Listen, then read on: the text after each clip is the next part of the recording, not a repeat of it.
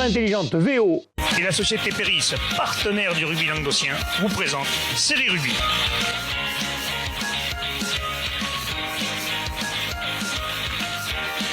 Bonjour mesdames, messieurs, bienvenue à Série Rugby, votre émission sur le rugby amateur de la régionale à la fédérale. Avec mes salles chroniqueurs, salut Joss, parce que tu vois, t'es encore tout seul. Je suis tout seul. C'est fait exprès. Déjà hier, on a eu la même pour les fédérales. Ouais. Bubu nous a lâché, qu'est-ce que tu veux, c'est un lâcheur. Hein. Moi j'étais en vacances la semaine dernière. Enfin, les vacances, parce que j'ai répondu à tout le monde pendant 3 jours. T'as compris les vacances, toi? Ouais. Bref. Après On va dire que j'étais pas au travail, mais bon. Bon, on va parler des résultats qui ont eu lieu ce week-end de Régional 2. La Régionale 2, le premier match, Olonzac-Minervois jouait Silobre-Montagne. Deux équipes qui se connaissent bien, se sont rencontrées plus d'une fois. Ouais, deux équipes et victoire de Silobre. Ouais, victoire de Silobre. À la fin, hein.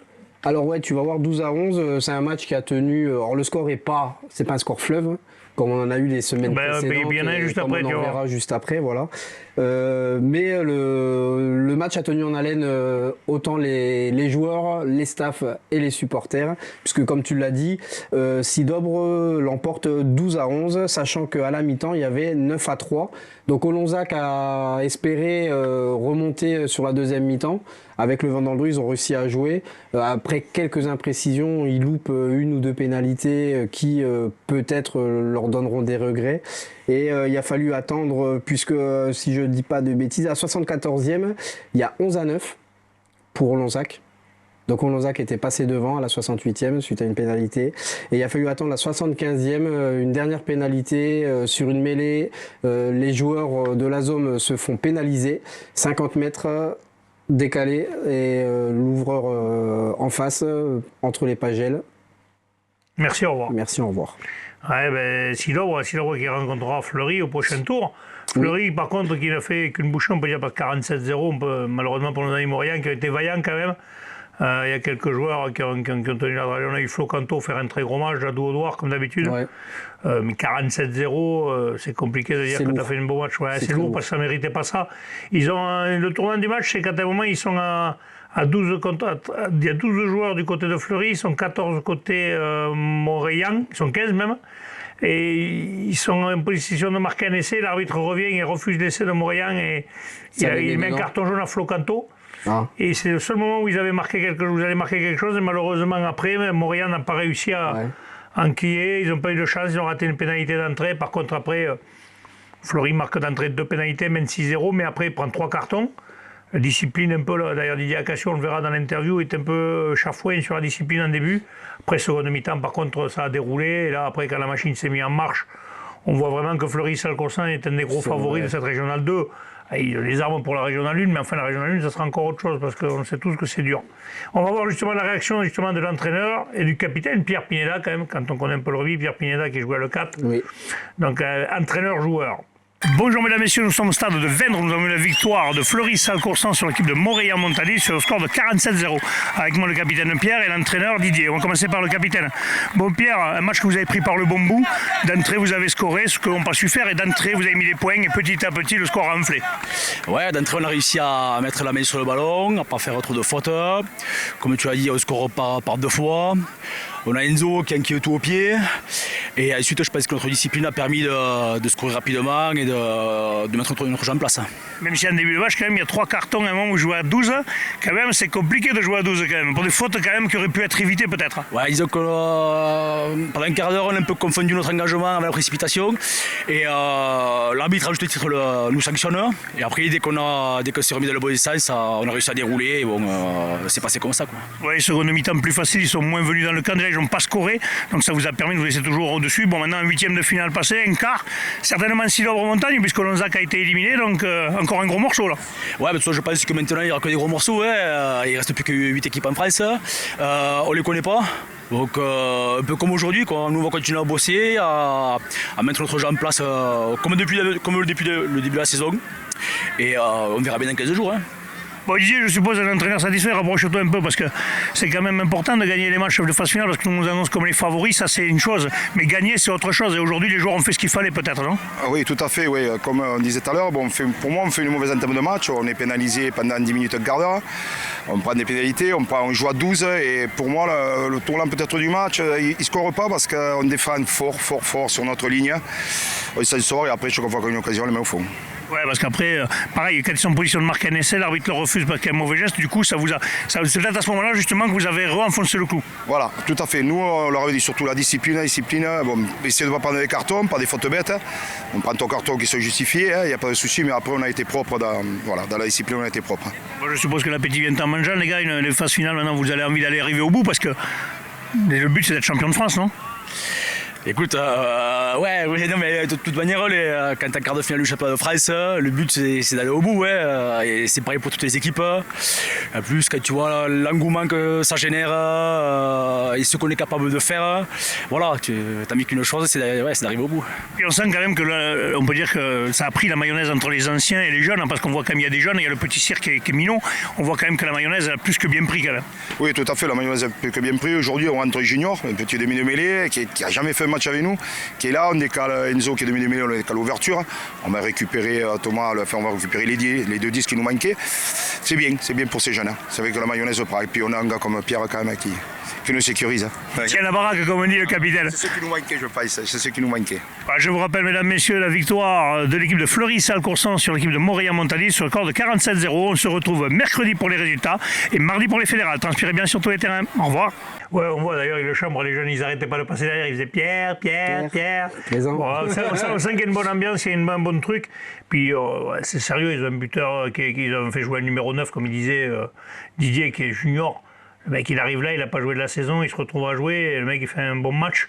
C'est qu'il y a du monde derrière, quoi. Il y a du monde derrière. Il y a du monde derrière.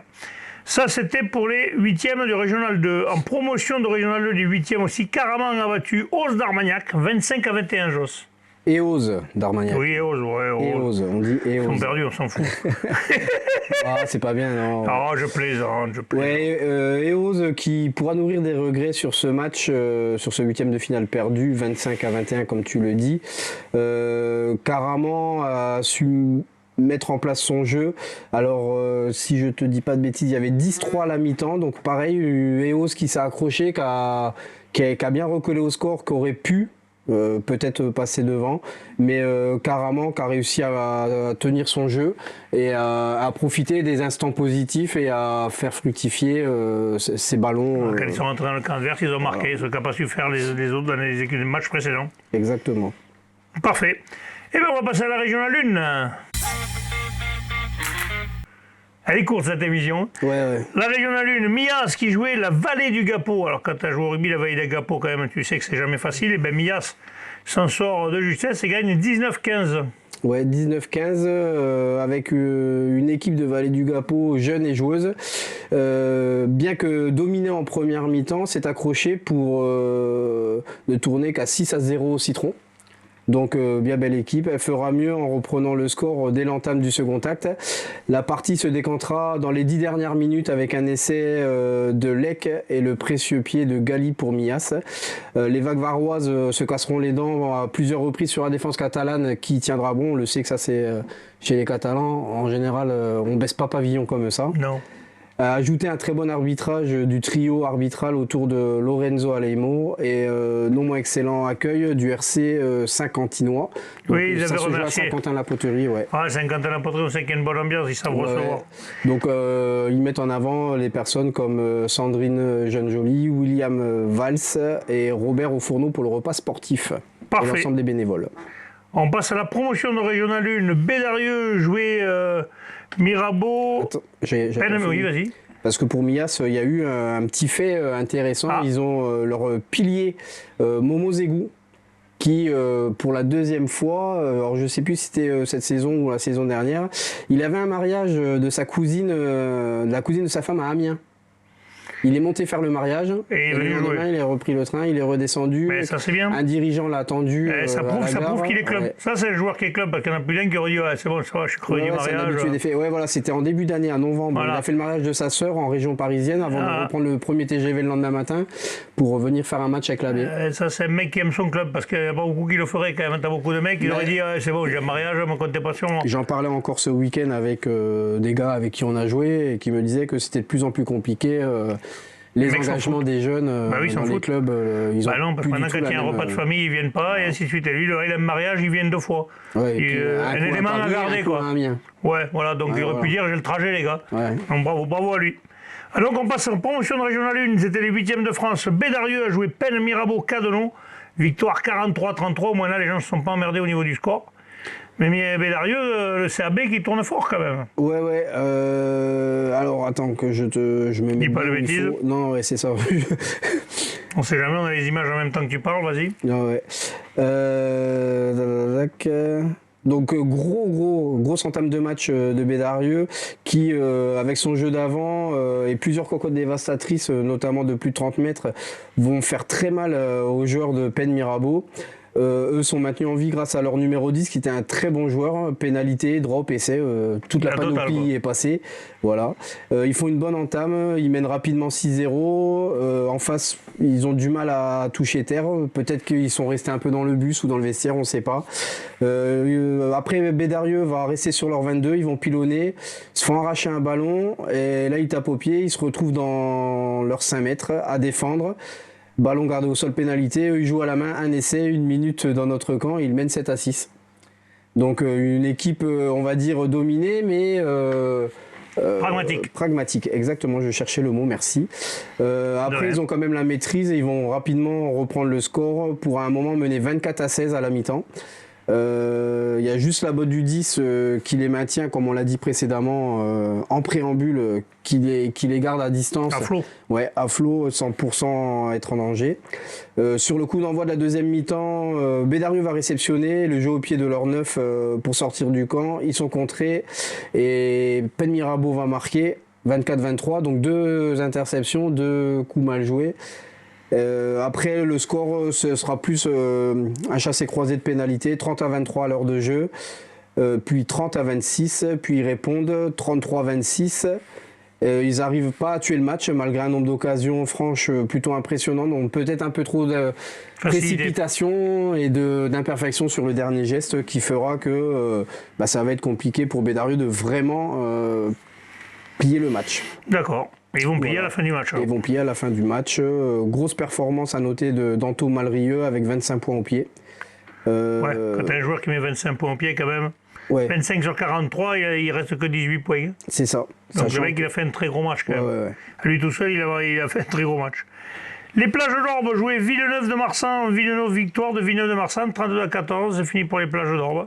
Ouais, fini pour les plages d'Orbe. Alors, qu'est-ce que j'ai comme article là Villeneuve de Marsan poursuit son joli parcours. Opposé aux Maritimes, Villeneuve se sont fait un large succès, 14-32 à Saint-Lys. En Haute-Garonne. Ces derniers ont pris le match par le bon bout, menant 19-6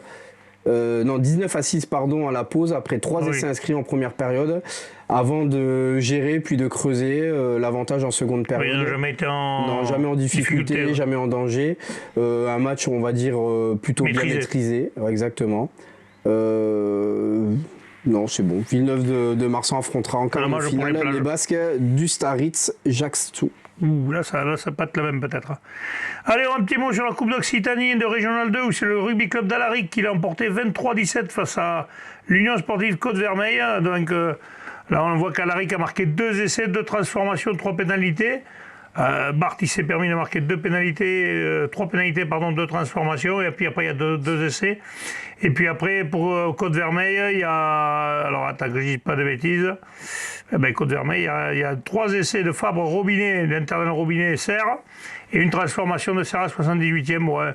Côte-Vermeille, malheureusement, qui a été dominé par cette équipe de l'Alaric qui menait déjà, qui avait fait ce qu'il fallait pour gagner ce match.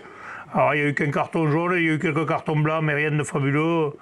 La Laric a fait le job. La Laric a eu une saison compliquée et qui finalement sur fin de saison se paye un petit peu. Se paye un petit peu, ouais, peut-être les travers du début de saison. Ouais, début de saison compliqué quand t'as des joueurs qui sont pas là, les mecs qui font les vendanges, tout ça. On sait que la Laric, c'est une équipe qui a toujours été habituée à être présente dans les phases finales. Ils savent comment les aborder, ils savent les jouer. Voilà. Bon, c'est pas, je vais pas dire que c'est pas surprenant, mais. Oui, on va dire que c'est normal. Voilà, comme ça au moins c'est clair. Nos amis d'Alaric, c'est cadeau. Bravo, j'espère que vous l'avez bien fêté. On a vu quelques photos, je pense que vous l'avez bien fêté. Oui, je pense qu'ils sont pas loupés. Ouais, voilà. Bon, mais ça va être le mot de la fin. Donc, on va se retrouver vendredi avec les matchs à venir. Il n'y aura que les régionales 3 et la réserve de 6 gens pour la nouvelle. Exactement. Il n'y a que ça, puisque la régionale 2 et la régionale 1 sont au repos. Donc, on se retrouve vendredi pour les matchs à venir. Merci, Joas. Transpirez bien sur tous les terrains. Ciao.